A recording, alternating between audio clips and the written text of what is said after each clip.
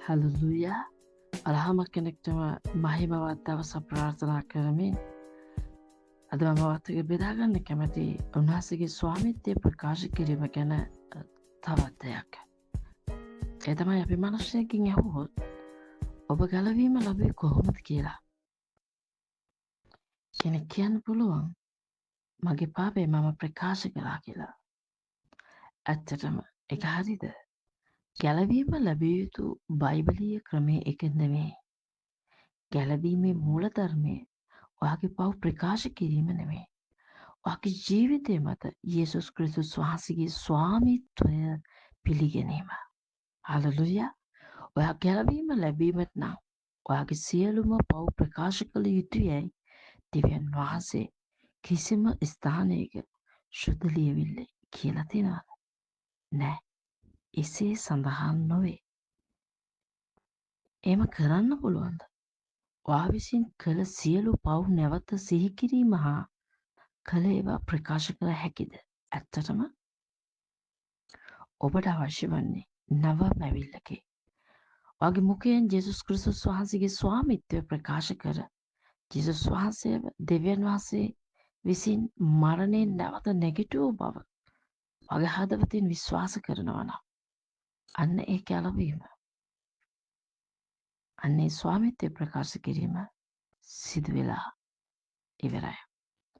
එක තමයි ශුද්ධ ලියවිලි රෝම 10:9-10 කියන්නේ. කුමකින්ද? යේසුස් වහන්සේ ස්වාමීන් වහන්සේ යැයි නුඹේ මුඛයෙන් ප්‍රකාශ කරන්නේ නම් දෙවියන් වහන්සේ විසින් උන්වහන්සේව මළවුන්ගෙන් නැගිටවූ බව සිතින් අදහන්නේ නම් නුඹ ගලවනු ලබන්නේය. මක්නිසාද? මනුෂ්‍යයා ධර්මිෂ්ඨකම පිණිස සිතින් අදහගන්නේය, ගැලවීම පිණිස මුඛයෙන් කියා දෙන්නේය. ඔබව ක්‍රිස්තුස් වහන්සේ තුළ නව ජීවනයට ගෙනෙන්නේ මෙන්න මෙහෙමයි. කෙනෙක් ගැලවෙන්නේ මෙන්න මේ විදිහට.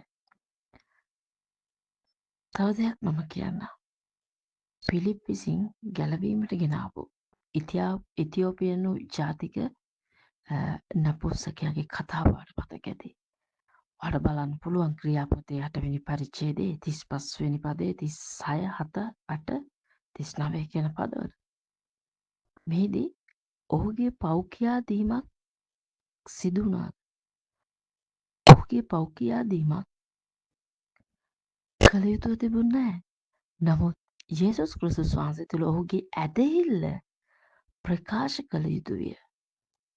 එනිසා බයිබලයේ ක්‍රමයට මනුෂ්‍යයන් ගැලවීම ලැබීමේ ක්‍රමය යේසුස් ක්‍රිස්තුස් වහන්සේව තමන්ගේ ජීවිතේ ස්වාමීන් බව තහවුරු කර ගැනීම බව අපි මනුෂ්‍යයන්ට මේ අවසාන කාලයේ සිටින කිතුණුවන් විදියට වටහා දිය යුතුයි.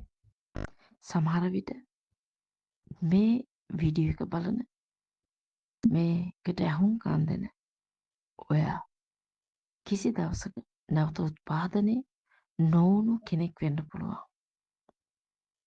මම ඔයාලට ආරාධනා කරනවා මේ වීඩියෝ එකේ පළවෙනි කමෙන්ටුවේ සඳහන් කර ඇති ගැලවීමේ යාඥාව ඔබේ හදවතින්ම තේරුම් අරගෙන ඒක ඔබේ මුඛයෙන් විශ්වාස කරලා ඒක මුඛයෙන් ප්‍රකාශ කරන්න.